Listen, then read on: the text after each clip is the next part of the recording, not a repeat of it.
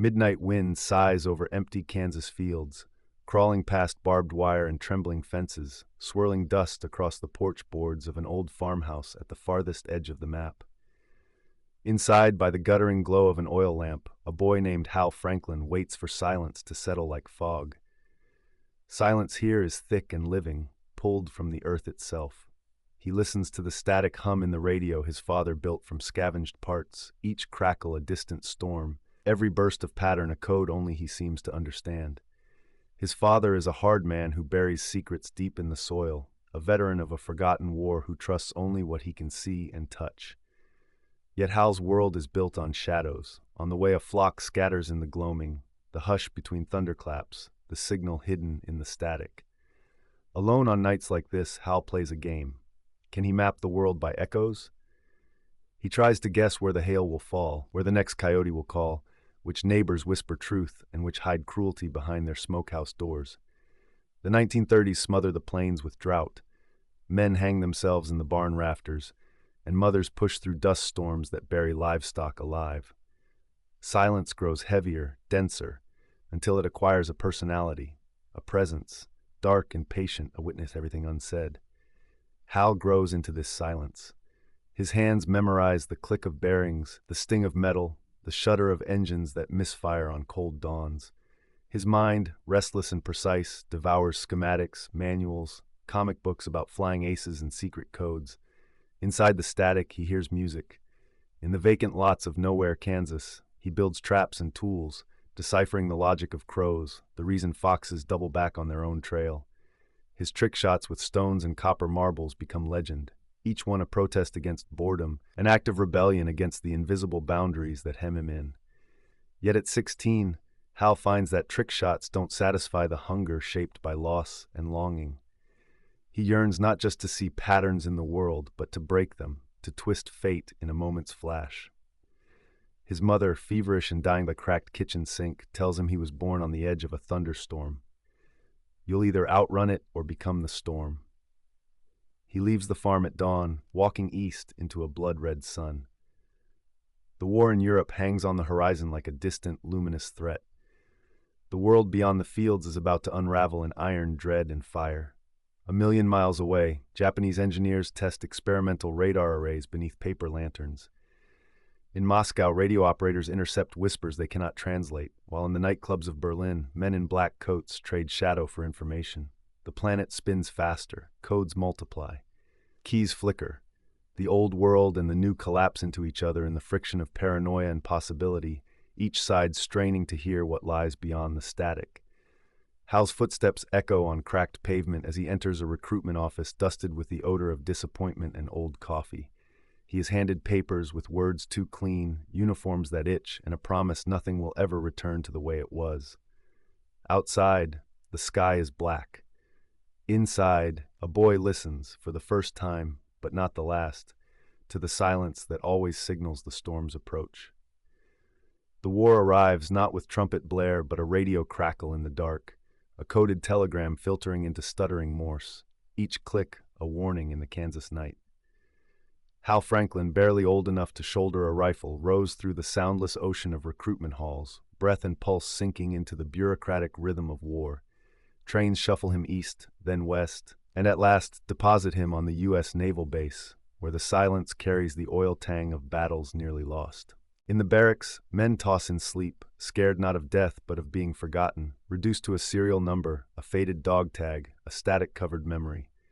Hal learns quickly. Routines are a kind of defense, but paranoia is survival. Whispered rumors run through the ranks. Japanese fighters shifting tactics, rumor of ghost machines that make planes vanish from radar, stories of pilots shot down by shells that seem aimed by pure luck. But Hal does not believe in luck. He believes in pattern, in static, in the echo behind routine. During training, his hands find each detail in the machinery, each flaw in the system. He stays late in the gunnery lab, listening for anomalies in the radar's tone, tuning the signal so faint it sounds, perhaps like breath itself. The Pacific is not blue, it's iron, dread, and midnight. Storms smash carrier decks into ruin. Men vanish between swells, swallowed by darkness that neither prayers nor orders can penetrate. Hal's unit is deployed on a destroyer, kicking over coral reefs toward the Marshall Islands. He watches the radio team work, sweat slick on foreheads, voices clipped and nervous. Range locked, echo lost, readout jammed. The enemy is always closer than you think, moving inside the gaps. Japanese Zeros strike at dawn, sun at their backs, cutting the signal to shadow. Hal's gunnery team is ordered to defend the formation. Their radar, a jumble of civilian parts and hurried innovation, sweeps the sky, lines painted on green glass, ghosts flickering at the edge. The officers argue. Shells fall short. The men curse the static gremlin, believing fate will decide the outcome.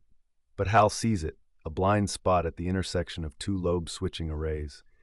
He remembers nighttime on the farm, listening to the cross-echoes in the wind. In a moment of defiance, he orders a trick shot. The battery fires out of sequence, launching a staggered cluster, then rolling to the left, synchronizing with the blind spot. The tracer arcs through sky already claimed by death. One shell finds a vulnerable vector, fuel tanks chained too close, a flaw unnoticed in Japanese flight engineering. 40 enemy planes spiral into the sea, one after another, as if pulled by gravity itself. The squad is stunned, then euphoric, but Hal is silent, remembering the moment as he will remember all others, the thunderclap before the silence. The legend takes root. Franklin's crazy trick becomes rumor, then report, then confidential file. Commanders demand a repeat. Only Hal knows the trick is not luck, but resonance, interference, and blind spots found only by listening to the silence beneath the signal. Word of Hal's maneuver travels across the waves, intercepted first by allies, then by enemies. In Tokyo labs and Nimitz's plotting rooms, engineers try to decode the pattern. Some see brilliance, others fear instability. But the question ripples outward. Can silence itself be weaponized? Can static save or destroy the future?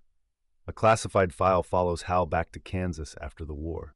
Inside, pages marked with red ink, EMP diffraction, subject demonstrated anomalous effect, potential for electromagnetic disruption. Hal wonders if he has changed everything or nothing as he watches the wind ripple wheat in patterns that look impossibly like tracer arcs in a moonless sky.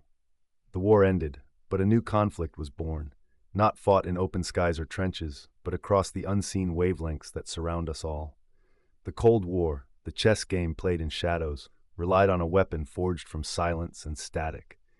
Hal Franklin, now a forgotten architect in government files, found his crazy trick, weaponized into a sophisticated electromagnetic arsenal. In the 1950s, the battlefield shifted. Radar and radio became both shields and swords. Electronic warfare was no longer a tool of chance, but a doctrine of control. Massive jamming arrays blotted out enemy signals. Coded pulses moved like ghosts through the ether, breaking communications and sowing disorientation. Nations poured resources into weaving layers of interference, confusing radars, scrambling guidance systems, distorting signals with a subtle hand no eye could see. The Soviet Union matched every American move with industrial-scale jamming and covert transmissions designed to drown out voices on secret frequencies. In rooms filled with oscilloscopes, technicians interpreted patterns of silence to predict moves few could perceive. Every frequency was contested territory. The electromagnetic spectrum became a new front where war was fought silently and invisibly, and victory meant you could see your enemy while remaining unseen. Hal, reassigned to a secretive military research program known only as Project Halo, worked alongside scientists who talked of spectrum control, signal distortion, and electromagnetic pulse diffraction. His discovery of the radar blind spot grew into systems capable of warping reality, making weapons invisible, distorting missiles, and protecting fleets with veils of silence. Yet this power carried a terrible weight. Every decision pushed the world closer to a taut edge where one misread signal could ignite global annihilation. Behind the eyes of elite operators, the Cold War's deadliest battles were waged in a symphony of coded pulses, a dance of shadows transmitted through the static. The future was not decided with guns or bombs alone, but with silence and noise sculpted into lethal forms beyond sight or sound. October 1962, the world teetered on the edge of oblivion. Missiles aimed, fingers hovered over red buttons, and silence screamed louder than any gunshot. The Cuban Missile Crisis was more than a political standoff. It was a test of control over invisible waves that dictated life or death. Deep inside the Strategic Air Command bunker, Hal's legacy lived in machines more complex than even he imagined. Project Halo's evolved technologies scrambled radar signals, masked missile launches, and jammed enemy tracking. That night, static grew into fear. One false blip on a radar screen nearly triggered the unthinkable. Soviet operators saw phantom launches, a ghost beneath the silence. The world held its breath, balanced on the edge of a signal too faint, too distorted to trust. In the dim glow of consoles and dials, a lone technician reached for emergency overrides, attempting to steady the waves that threatened chaos. Far from the global spotlight, Hal, long withdrawn from public life, was summoned, not as a hero, but as a custodian of quiet terror. With trembling hands, he sent corrective pulses, a digital echo of that first trick shot from the Pacific, as if whispering to the machines, "Hold the silence, hold the line." In that breathless moment, the invisible war was won not by might, but by mastery of shadows. Hal Franklin died as he had lived, in quiet, almost unnoticed. Yet his brief flare shaped decades. His crazy trick seeded everything from stealth technology to signal intelligence that silently governs the modern world.